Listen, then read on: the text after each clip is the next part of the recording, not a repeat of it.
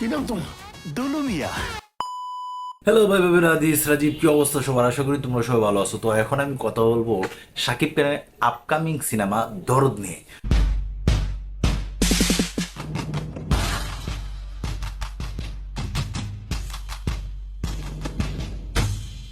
তো দেখুন, দরদ কিন্তু এই সেপ্টেম্বরে রিলিজ হওয়ার কথা ছিল, কিন্তু দেশের এই পরিস্থিতির কারণে কোনো আপডেট কিন্তু আমরা পাইতেছি না।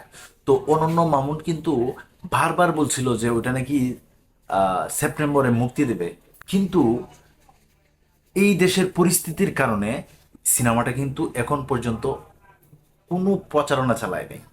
তো অনন্য মামুনের কিন্তু আগে আমরা অনেক রকম দেখছি যে আকাশে মাঝে উঠতেছে, ওই দুবাই গেল, ওইখানে বুজ খলিফায় নাকি এটা ট্রেলার লঞ্চ করবে, তো ওইটা তো এখনো হয় নাই। তো দেখা যাক সামনে কি হয়, কিন্তু আমার মনে সন্দেহ লাগতেছে যে এই দরদ সিনেমা কি আদৌ সেপ্টেম্বরে রিলিজ হবে। সংশয় কিন্তু তাই হয়ে যায়।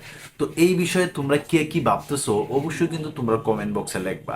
আর এই দরদ সিনেমা কিন্তু এই মুহূর্তে খুব প্রয়োজন রিলিজ দেওয়ার ক্ষেত্রে, কারণ সামনে কিন্তু আরো সিনেমা আসতেছে শাকিব খানের, যেগুলোর বিষয়ে আপনারা অবশ্যই অবগত আছেন।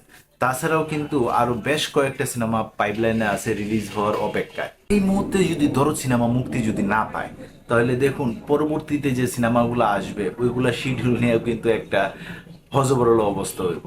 আর তাছাড়া যে কয়টা সিনেমা পাইপলাইনে আছে, বিশেষ করে বলতে হয় জঙ্গলি সিনেমা নাকি শাকিব খানের ওই দরদ সিনেমার সাথে মুক্তি পাবে। তো বসের সিনেমা যদি মুক্তি পায় তাহলে সিয়ামের সিনেমা টিকবে কিনা তা আমার জানা নাই।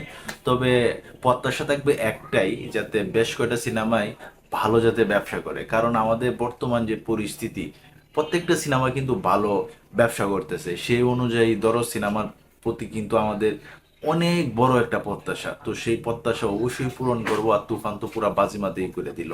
পুরো তুফান কিন্তু আরো বেশি বাজিমাত করতে পারতো যদি দেশের এই পরিস্থিতি এইরকম ঘোলাটে না হইতো। তো তবে যাই হোক, আল্লাহ তাআলা যা করে অবশ্যই ভালোর জন্য করে। এই ধরো সিনেমা এখন কেমন ব্যবসা করবো এটাই দেখার অপেক্ষায়। তো সবাই ভালো থাকবেন, সুস্থ থাকবেন, কাছের মানুষ সবাই ভালো রাখবেন। ধন্যবাদ সবাইকে। আল্লাহ হাফেজ।